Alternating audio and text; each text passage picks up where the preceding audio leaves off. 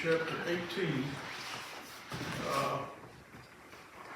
I've got a few things that I'm gonna say tonight that are probably not in your notes. It's just, to kind of enhance or give descriptives of, things that have taken place in our time that seem to have happened overnight. But as we all know, things that overnight sensations usually take about 25 years to develop, so there's really nothing that happens just overnight. There's usually things that have happened in the succeed to get to that point. But anyhow, if someone would help me out tonight, I'm going to read verses 1 through 4. We'll start with those.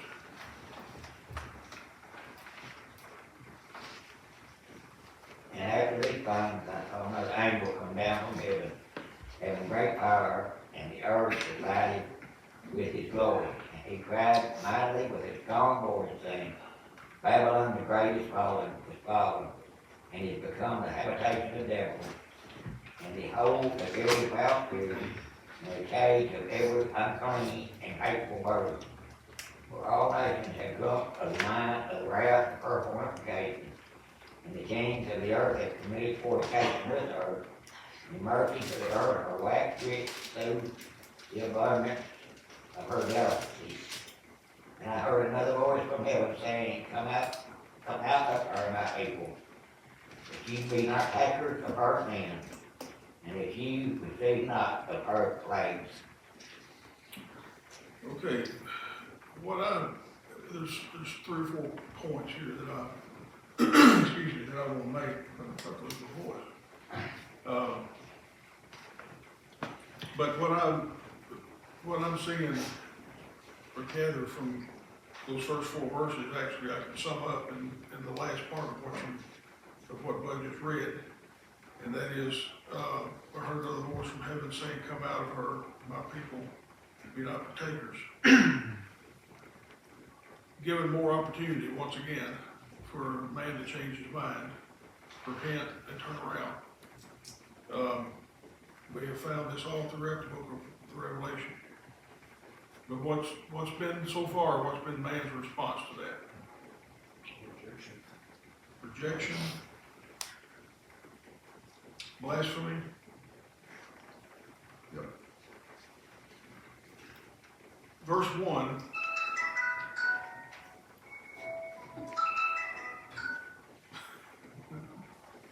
That's all right. Right, don't disturb. Verse 1 is the beginning of judgment.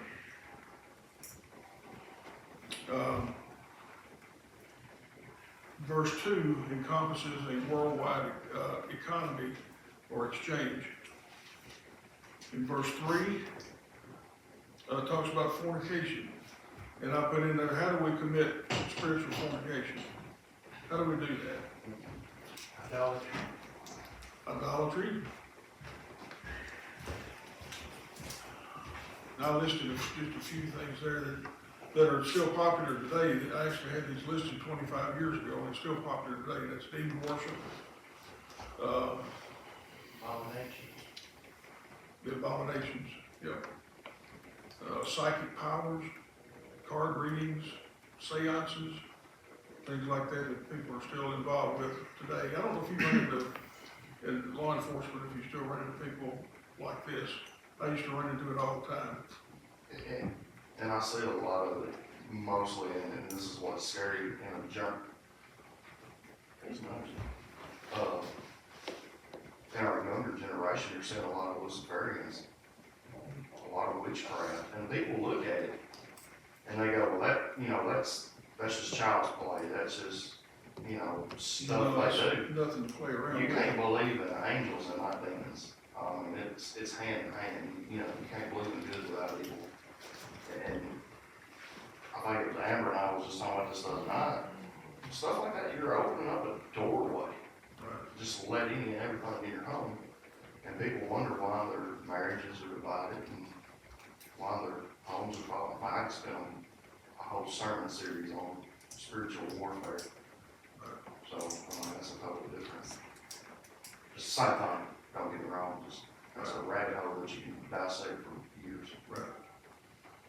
I know when, back in 1995, however many years ago that was, but the hospital in Union City opened an adolescent unit, that treated substance abuse and psychiatric disorders in teenagers.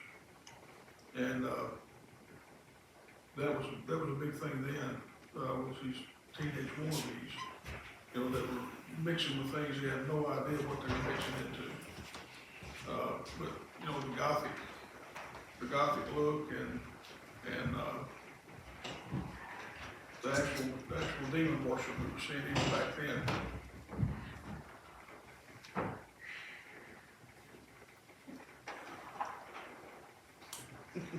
Sorry, No, that's all right. I keep heartburn medicine here for a reason. I didn't mean to put Anybody you else on, need one I longer? didn't mean to put you on the spot, give you heart. Man, I'm telling you. With a tough crowd to stomach, keep it at the pulpit. What'd you say? With a tough crowd to stomach, you keep it at the pulpit. Don't comment. I'm just kidding. But anyway, back in 95, we were seeing a lot of that with the kids coming in, a lot of cutters, that were also involved in the demonic stuff and would cut on themselves. And, all kinds of ritualistic stuff that they were getting into.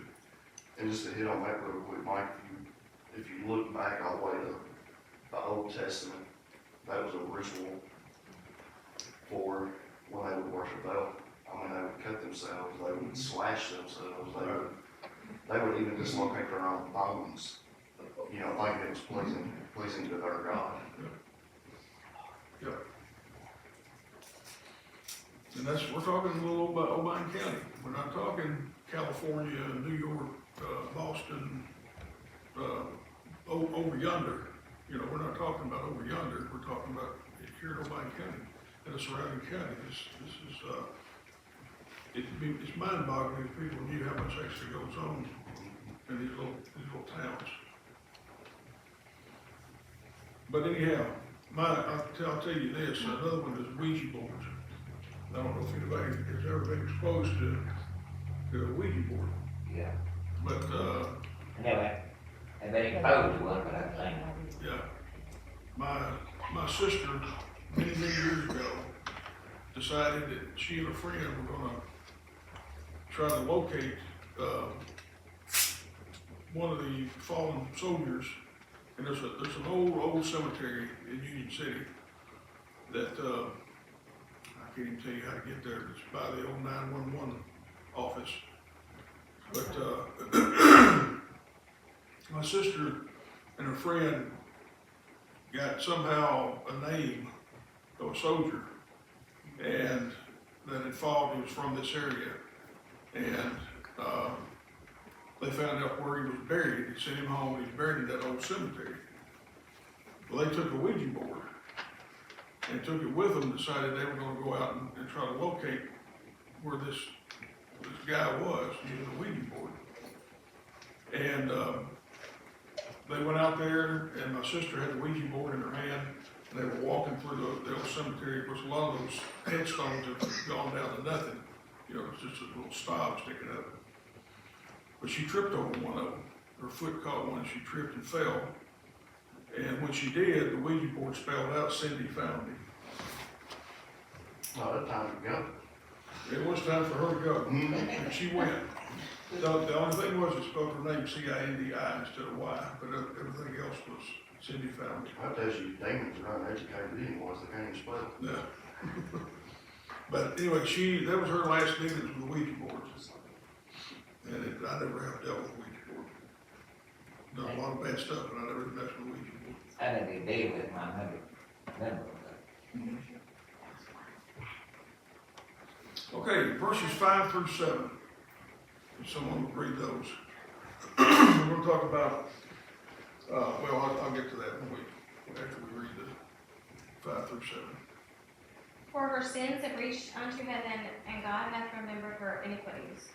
Reward her even as she rewarded you, and double unto her, double according to her works in the cup which she hath filled to her double. How much she hath glorified herself and lived deliciously, so much torment and sorrow give her. For she saith in her heart, I sit a queen, and am no widow, and shall see no sorrow. Okay.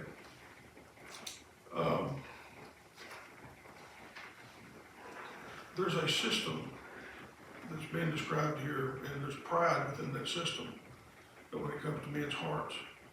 And we know in Proverbs 16 and 18, pride comes before destruction, and a haughty spirit before a fall. Remember that scripture?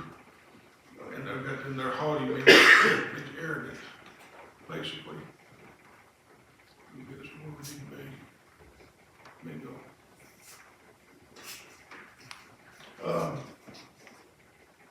I'm gonna read verse 8, and then I've got a few comments that I wanna make. Therefore shall her plagues come in one day, death, mourning, and famine, and she shall be utterly burned with fire. For strong is the Lord God who judgeth her. Centering in on one day, that's not literal. That's a figurative one day that simply means a very short span of time, okay? And this is where I want to start off talking. We're going to talk about things that have appeared to have happened overnight, but it takes years a lot of times for those things to actually transpire. Other things that appear to have happened overnight, the Great Depression in the 1920s and 30s. They were, in the 1920s, were commonly referred to as the Roaring Twenties, as a time of prosperity. So you got a little conflict with that. You've got the Roaring Twenties as a time of prosperity, but you also got mixed into that the Great Depression. It didn't happen overnight. It appeared to happen overnight. The car went from a luxury item to a household item that almost anybody could afford. I forgot what my father told me that his dad paid for their first little Ford truck, but it wasn't hardly anything. Yeah, so, yeah, not like that. Look at it today, my goodness, these trucks that they're putting out, they cost more than my house did. And I'm not exaggerating. The radio, an expensive household purchase, that provided entertainment that many families could have. You could really only imagine what would come out of that radio box back in my father's day and his father's day. Electrical recording made commercial music more available. The theater, another area that seems to things happened overnight, but there were the days of vaudeville when acts that were cheap to make took the stage in the silent picture industry. Great advances in medicines and medications led to the development of penicillin, a miracle drug that was never before even imagined. Women received the right to vote. That didn't happen overnight.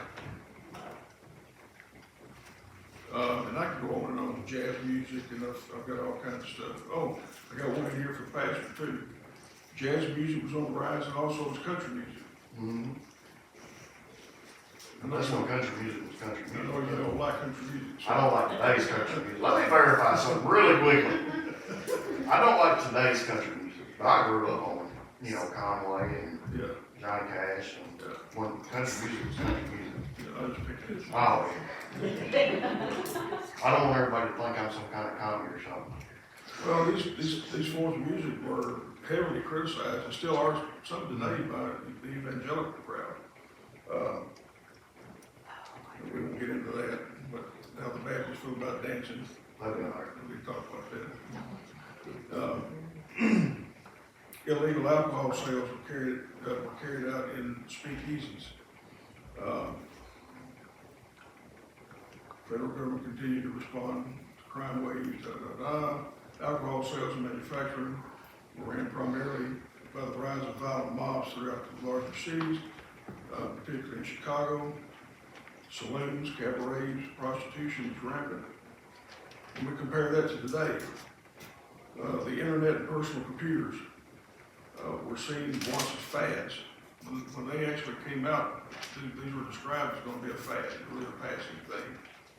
And it's literally taken over the world. It's hard to find a person who doesn't have some form of computer on their person.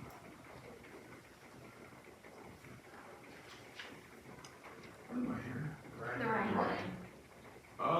Got my turkey. Okay. For a minute, I was gonna say, I don't know, what it called, right? If I'm the only one hearing it, you probably will. He was the counselor.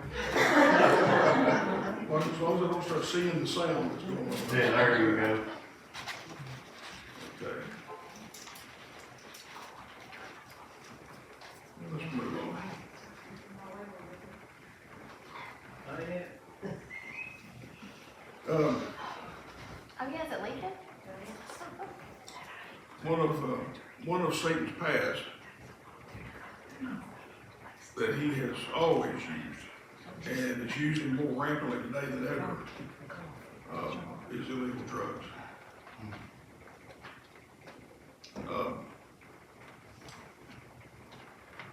Now she's using legal drugs.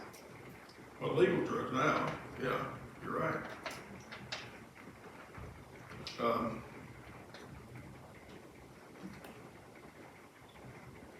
The Bible tells us though, to be alert and sober, and of sober mind.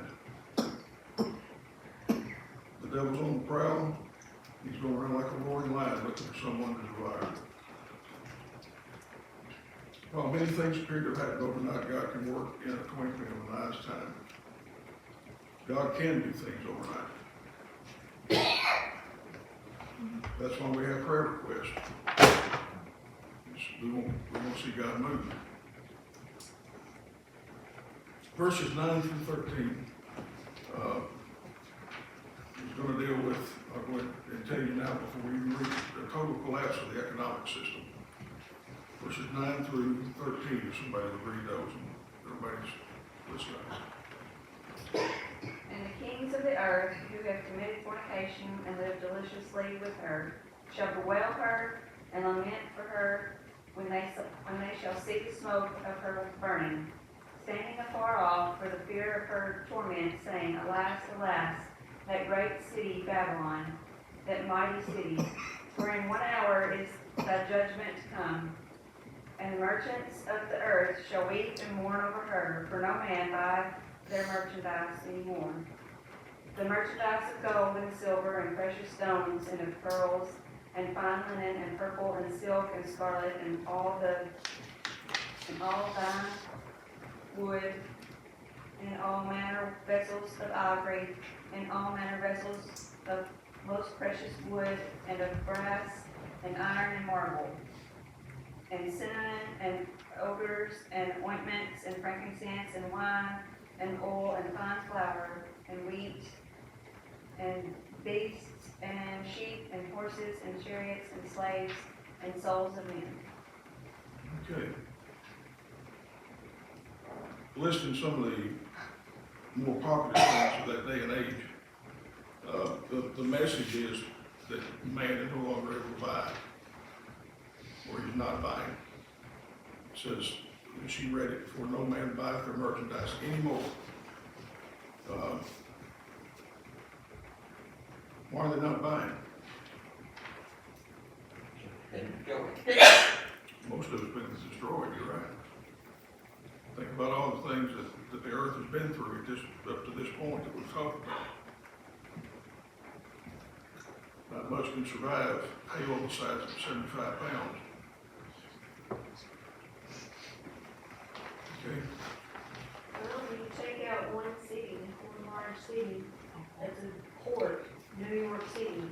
You take out San Francisco, that's a port. You take out New Orleans, that's a port. I mean, and how quickly things would fall just by taking out some of those large ports.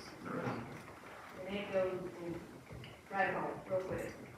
well, we've seen what's happened with, in our time, we've seen the cargo ships backed up.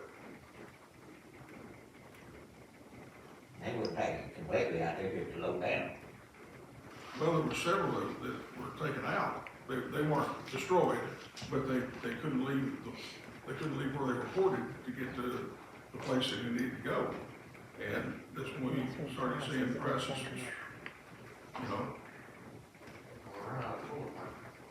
that's right, that's right. But they've never gone back down. Well, speaking from a convenience standpoint, I know I had an instructor in college in English literature class that came in one day and he said, your assignment for the semester is a paper. And I want it written on the topic, if America ran out of toilet paper, we'd lose the war. That's all he said. Walked out of the room. Now, of course, here we are, a bunch of nitwits, you know, right out of high school thinking, literally, you know, if we're out of toilet paper, lose the war. But we become so convenient, we're relying upon convenient commodities, getting what we want when we want it. Jumping in the car and making a trip to town, when we probably could wait, you know, on that item or two, whatever, I want it now, we're still going, we become so dependent upon these luxuries that if war did break out, or if anything that was disturbing, came in and disrupted that system, we just go to hell in a handbasket. You know, that was the point. But back to this, the merchants aren't buying anymore. For obvious reasons. You have to have the mark of the beast to purchase at this point. Mm-hmm. That the reason why some things probably not being sold. Well, and I think a big part of it is what Bud said, is the product just isn't available. You know, if we look back at just what we talked about just the last 3 or 4 weeks, it's taken place to the earth. All the seas turning into poison and turning into blood and killing everything, every creature in the sea. Water being poisoned, drinking water. The hail, size 75-pound hail falling. I mean, there ain't gonna be a whole lot of stuff left, you know, for people to be pushing as a product. Probably what's left is so high you couldn't buy it anyway. Well, it says that there'll come a time that even the ones that up until about a couple of weeks ago, the only ones that weren't suffering were the wealthy. They were still able to buy, trade, sell, and whatever. But at this point, it says that merchants are no longer buying anymore, so it's even getting into the rich people's pocket at that point. No matter how much money they have, the product's just not there, it's not available. So, I've often heard years ago, back in the 70s, that during this time, local bread would cost as much as a gold. I heard it was a day's wages, working wages, and Right. all you could get would be a loaf of bread would cost that much. yeah, we covered that actually Right, we covered it. a few weeks ago, I don't remember which lesson, what chapter that's in. But, yeah, it will cost a whole day's wages just to get enough for one, basically one person, not even a whole family, you know, to feed them. Okay.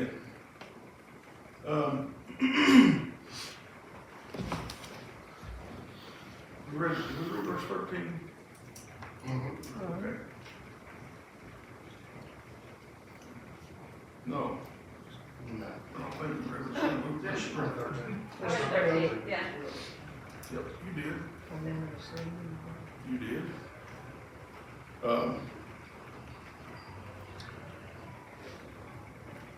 And the souls of men.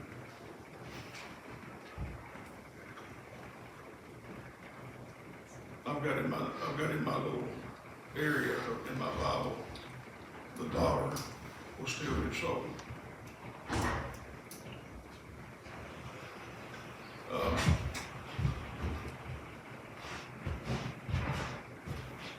I'm hearing all kinds of stuff tonight.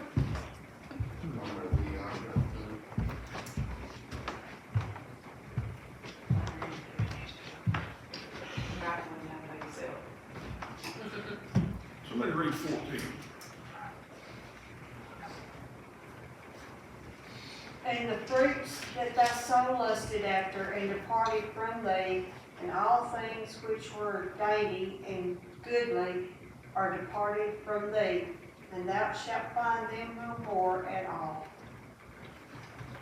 So,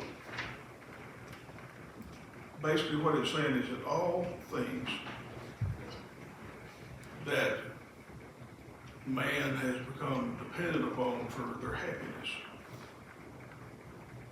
it's no longer there, it's no longer available. All things believed to create happiness are suddenly no more. What kind of life is that to live? When everything that makes you happy is gone, there's nothing left but everything that makes you miserable. Which I don't know that if I were in this situation, if I would be one that would, be that upset over losing material things, considering everything else that's going on around me. You know, when your families are dying, your kids are starving, I think my attention would be on that more than the things. But the point that John is trying to make here is there's no place to hide. You can't turn to the things that used to get your attention off, help you deflect off the things that were upsetting or whatever. Those things aren't going to be there anymore. So you're having to face reality 24/7. That's not a fun place to be. Verses 15 through 20. Somebody would read those. The merchants of these things which were made rich by her shall stand afar off for the fear of her torment, weeping and wailing, and saying, Alas, alas, that great city that was clothed in fine linen, and purple and scarlet, and decked with gold, and precious stones and pearls. For in 1 hour so great riches is come to naught, and every shipmaster and all the company in ships and sailors, and as many as trade by sea, stood afar off, and cried when they saw the smoke of her burning, saying, What city is like unto this great city? And they cast dust on their heads, and cried, weeping and wailing, saying, Alas, alas, that great city, wherein were made rich all that had ships in the sea by reason of her costliness. For in 1 hour is she made desolate. Rejoice over her, thou heaven, and ye holy apostles and prophets, for God hath avenged you on her. Okay, so what's going on here in 15 through 20?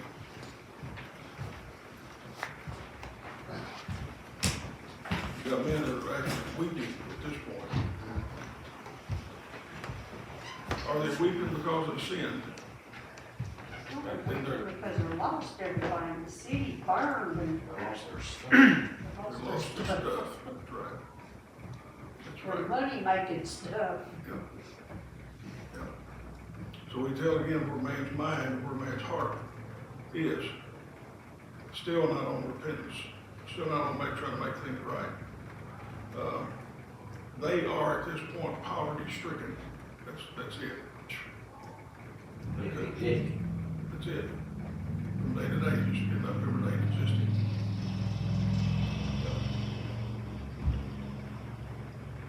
It's gonna be bad, folks.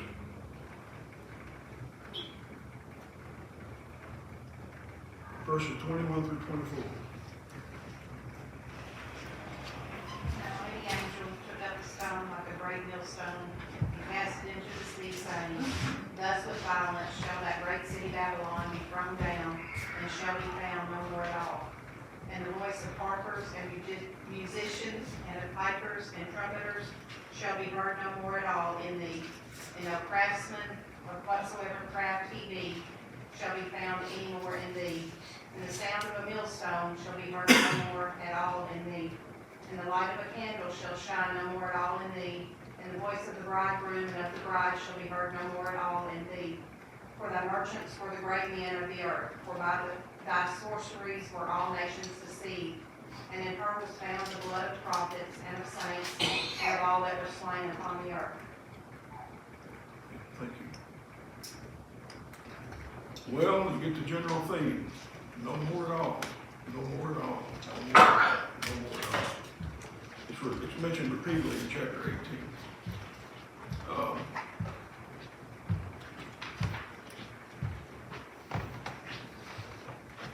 The ultimate torture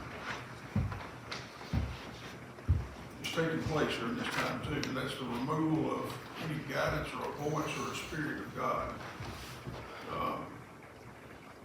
or Christ's influence in your life. The removal of that is hell. I mean, when you don't have any guidance from God, you don't have any connection with God, that's a living hell. Would be for me, but I think that's what John is trying to describe here, is that man is left to look at nothing but himself at that point. And people run to and fro to avoid doing that at all costs. That's a whole nother topic, but,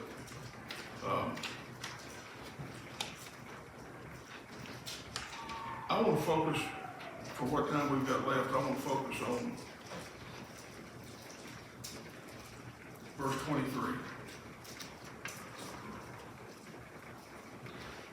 In fact, the last line of verse 23.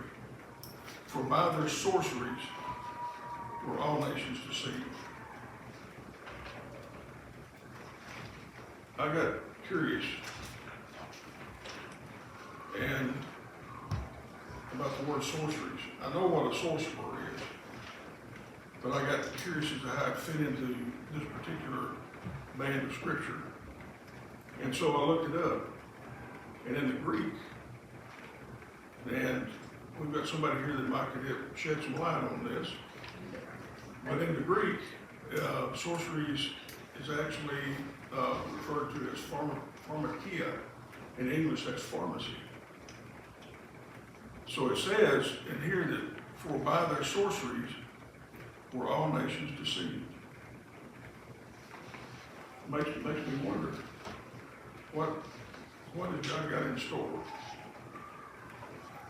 If you substitute in there, you look at pharmacy, or pharmakia,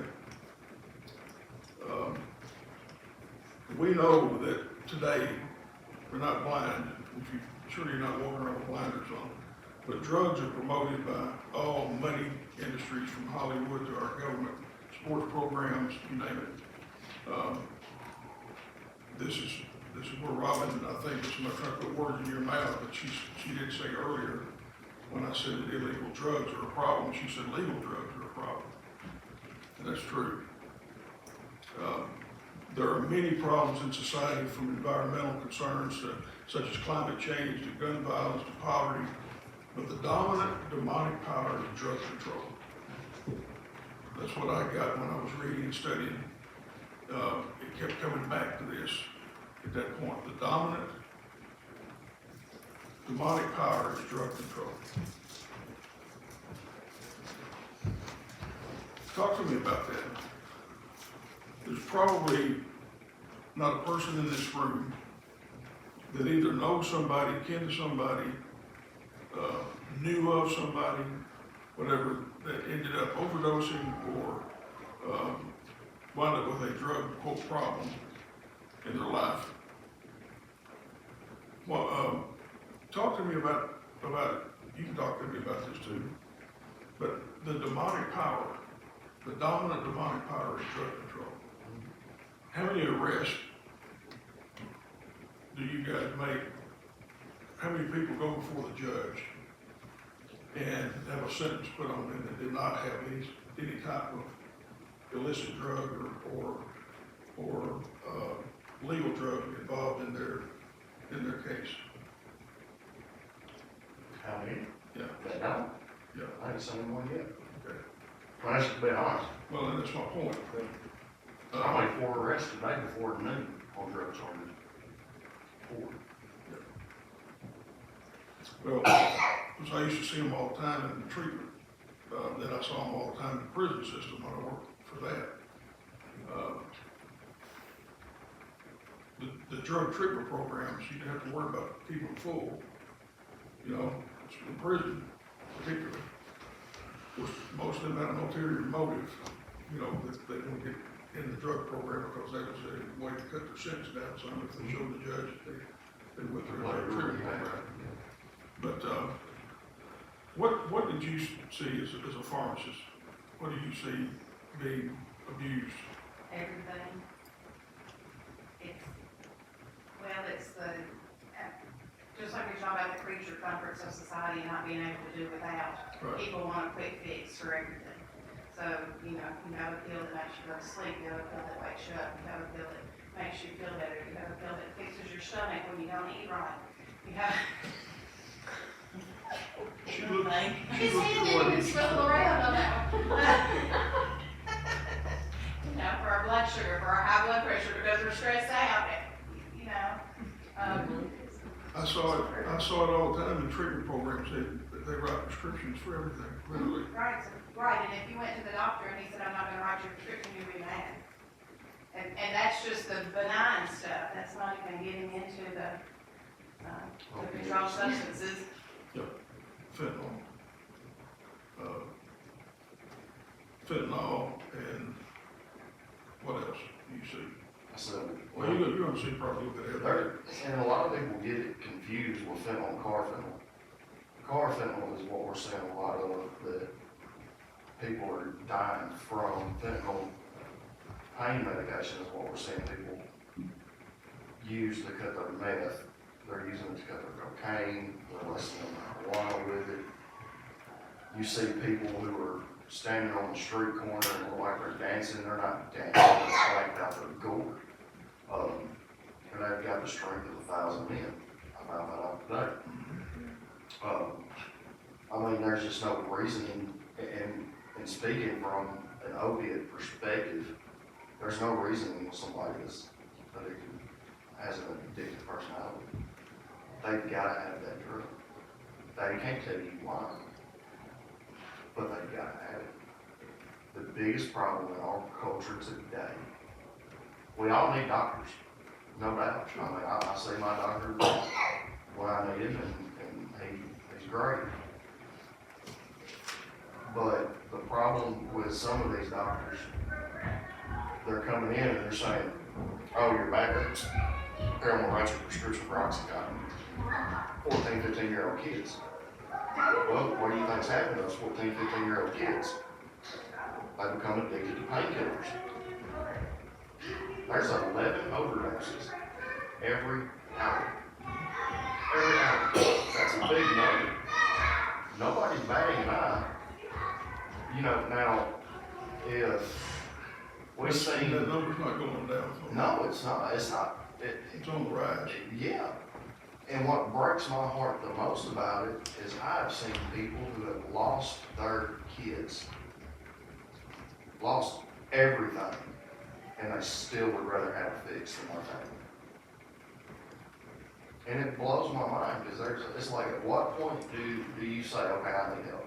I know people who have went to treatment programs, they've come back, they did really well, and next thing you know, we're picking them up again.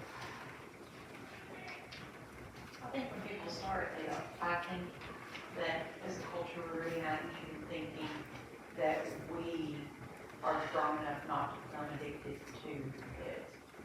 You know what I mean? Like, most people who start something think that they're the exception. You know, like, well, I can do this one time because I'm not gonna, you know, I'm not stupid enough to get addicted to it, as if it's a choice. Right. And it's not a choice. Once you start something, But it has the nothing to do, addiction part is not a it choice. has nothing to do with intellect, it has nothing to Yeah. do with learning theory and intellect. Smart people, extremely smart people are hooked on Yeah. drugs. But that's the $1 million question, who's gonna get addicted and who's not? And are you willing to take that risk? If y'all think my child ever had any opioids, no, his mama tore up the prescription. Because I wasn't willing to take that risk with my child. Yeah. So here's my ibuprofen. I had a fractured vertebrae, and this is my perspective of it coming from an addiction. I had a fractured vertebrae and a bulging disc. I could not even hardly walk without being in tears. And they said, well, we can write you a prescription for painkillers. I said, I got Tylenol at home. I was taking Tylenol like candy. But I knew if I took one pain pill, I'd be right back to where I started. And it'd be down the drain again. It's not willpower. It's not the mind process. It's Jesus. You know, and that's the solution to it. How do you get rid of a demon? You cast it out in Jesus' name. Addiction is demonic. There's no doubt in my mind. Whether it be coffee, whether it be caffeine, whether it be pornography, no matter what it is demonic. It's sorcery. And it's got a hold of our culture and our whole world. We see people who are addicted to daddy cakes. Seriously. Yes. Debbie cakes. A little baby. You know little Debbie? Mother, you didn't raise her right, you know. No, I just didn't understand what. But we see people who are addicted to all kinds of different things, and we just kind of blow it off. I know men, one of them that I think a lot of, who is addicted to this day to steroids. Still addicted to them.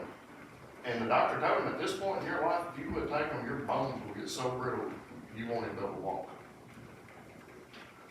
So now they've regulated steroid use, just so he can continue to maintain an everyday life.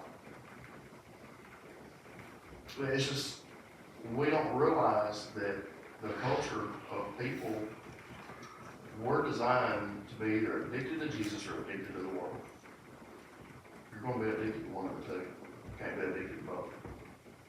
Well, we were born dependent. When I came out of the womb, I couldn't eat on my own.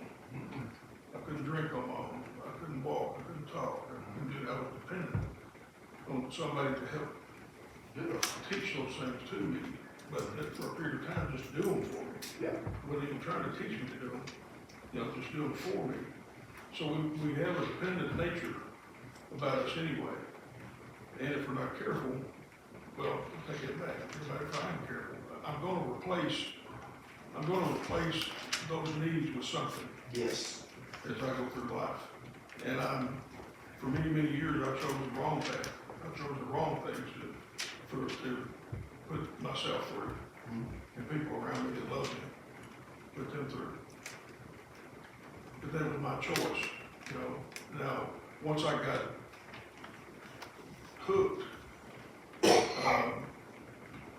it wasn't a matter of choice at that point.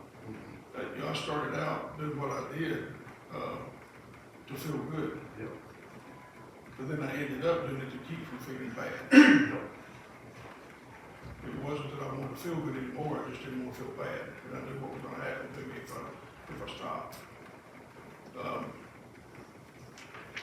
So there are people that substitute and replace pharmacy medications and illegal drugs with church. They replace it, but I would much rather, if I don't have to be dependent on something, I'd rather be able to depend on something that's positive. It helps me out in a time of need and blesses my soul than I would to have to turn back to what I was doing. Anyway, I didn't mean to get into the me stuff. I think today's society dilutes the risk and the side effects of some of these drugs so much too, that they make them so acceptable. Like marijuana, there's people at work that go to their car at every break and lunch and smoke and come back in and they reek. You see it at the gas stations, cars roll up with smoke and smell them in Walmart. Like it's everywhere, but it's okay. It's just like a cigarette now, it's nothing. And those people that I know that I see at work, to talk to them and like try to tell them something, they just can't focus. But they think they're fine and it's nothing to them, but you can't carry on a conversation with them or have them go do anything. But the job force, we can't drug test because we can't get help, so they can pretty much do it when they want. And I think it's just accepted now, and a lot of the other drugs, I'm sure, are becoming that way, that, it's just okay to do them now. I don't know if that's the devil working through society to make them like that. It is. Well, the first if sometimes, a man's ability to go and put in a good day's work, is their passion. Sometimes it may not be a calling, to be a good worker, to be a solid worker, to be there for other people, to participate in activities and go and work in, you know, and helping raise money for people that need help, or whatever, you know. And if the devil can steal that away from that person through a marijuana cigarette, of course he will. Of course he wants people to be unfocused and be in danger out there working machinery and stuff at work, you know. Of course he wants that. He wants to take them out, what he wants to do. But he'll settle for robbing you of your blessing. He'll settle for robbing you of being a witness to somebody else, you know, through marijuana or whatever means. It doesn't have to be drugs, but that's what we're talking about with sorceries here, what the Bible is discussing. The boys that are alive today, you know, we could go on and on about this, but I'm not. It's about time it's almost time to stop. Just talking about the drugs, I don't know if y'all saw it on the news today, it was talking about the drugs in Mexico, when tourists go down to Mexico, and 90% of the drugs that they buy down there are counterfeit, and they have fentanyl in them, and I don't know what all. That's already made it to West Tennessee. Okay, but back up, and my first thought was, why do you go to Mexico and buy drugs? And that's our society, it's so acceptable, go down there, give me some Xanax. No, You can get it cheap. It's a lot cheaper. yeah, but you're getting fentanyl. You get some of their. Well, they're willing to take that risk because they're going down to Mexico to get drugs. That's what I'm saying, that's our society though, that's acceptable. Oh, yeah. Yeah, I mean, that's acceptable to buy. And also this, like you were talking about, 15-year-old. Oh, well, my son bought what he thought was Percocet off the internet, and it was fentanyl, and it killed him. I got Percocet off the internet. You know, I mean, we're not addressing the root of some of these problems. You're exactly right. You know, we had a guy in court. He was charged last year. And he's been in jail the whole time. He wouldn't make bond. He had money to make bond, but he would not make bond. Got caught with 36, catch this y'all, 36 pounds of methamphetamine, cut of fentanyl. Street value of $2.3 million. He got 2 years probation. And he begged me not to take him back to the jail. Because he got tied in with cartel. And he knew that when he got out and got back to Memphis, he was gonna be dead. Those were his words to me. He said, they just signed my death warrant. He said, I'd rather do life in prison than I had to get out. The guy had never actually done drugs himself, ever. He was driving a vehicle for somebody so he could make some extra money. I heard a podcast the other day that really went well with that, with all this is, he said that God, man was created by God to worship God. Mm-hmm. And if you don't, we're gonna worship something because we were made to worship. So you're either gonna worship God or you're gonna worship something else. Yeah. Something's gonna control your life, so you better make the decision about what you wanna control your life.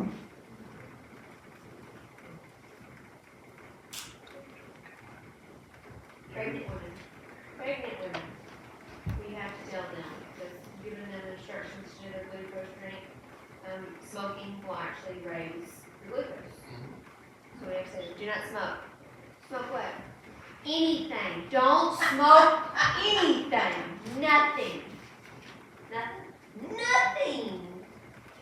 Nothing. Don't smoke anything. And you're pregnant. Not much less that's doing to your brain, but that child's brain. The kids at school say that, they say, oh, Miss Annie, y'all just get all worked up over this stuff. It's, these, like they'll say weed, but now it's transitioned to vapes. It's not any worse than cigarettes when you were our age, and I'm like, yeah, I didn't do those either. Don't you see the commercials? And they mentioned the cigarettes. Yeah, yes, and, you know, we were having a major issue with, after they use their vapes at school and install, because you can't put a camera in the stall, you can't physically go in the stall with someone. And so that's where they do their vaping, and to get rid of it, they're flushing them. Well, we've shattered thousands of dollars for the toilets trying to get vapes out of them because it stops everything up. So, our principal made kind of an announcement that sounded a little strange, but anyway, and, you know, he goes through the health things of don't do it, blah, blah, blah. There is a trash can in the bathroom, which sounded like he was saying you did it, he wasn't. But anyway, so in response to that, the kids were all like, well, it's, you know, it's stupid, it's just not a big deal. And I'm like, so I asked, I was like, how many people do you think in high school probably vape? And I said like half, less, majority, they're like a majority.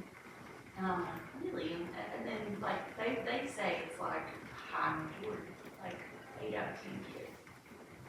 I don't know if they're telling the truth, but. Yeah, but I mean, they're not honest about the vapes either. It's just like, you know, I seen a thing the other day talking about, like when cigarettes first come out. Hey, you got a headache, have a cigarette. You know, this is the miracle cure for everything back in, you know, and now look how all the years of research has said, hey, this is horrible. You know, vapes will be the same way with all the, you know, there just ain't enough information out there yet about it. But eventually it'll be just, Well, And he had some on another end of the school. We would skip it. And they would come in and like, hey, it would warn us.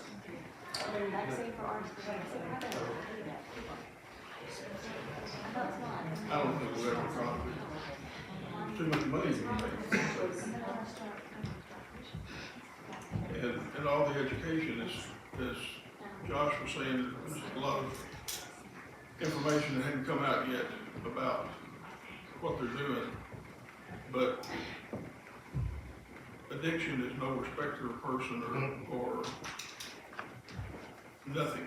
And all the education in the world is typically squashed down by something called denial. The more information that you feed these kids, the more it's not gonna happen to them. Or I say kids, I mean adults, grown people are the same way. It's not gonna happen to me. And it's happening right then, you know, the whole time. This is not gonna happen to me. So, Yeah, healthcare workers are big statistics for addiction. yep. 90% of your healthcare, EMS, first responders, law enforcement, either is turned out to have at least 2 to 3 divorces within their career, alcoholism, dependencies, or drug addiction. Well, not just the all one thing. Or multiple of those. Or multiple. Well, let's all do the best we can to try to reach as many people as we can while there's still time to do it.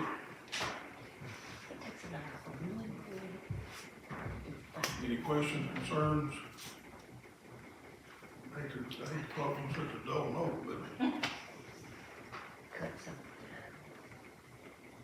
Revelation ain't a hot, no, that's really nice. buttery, one fuzzy ear topic, so. No. But it's all inclusive. I mean, we're talking about stuff that John wrote about hundreds of years ago and it's happening today.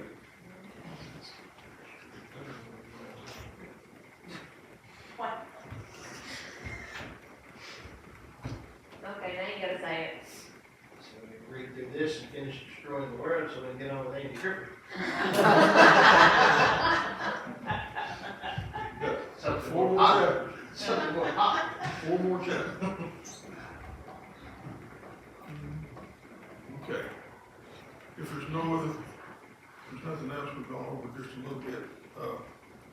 The kids have got school and everything, so everybody's anxious to get home. Glenn, would you mind closing this thing? County Director, Heavenly Father, we thank you for today. We thank you for the opportunity to meet and study according to your word. Be with us as we go to this place. If something said and done, help us to apply to our lives, tell others like you.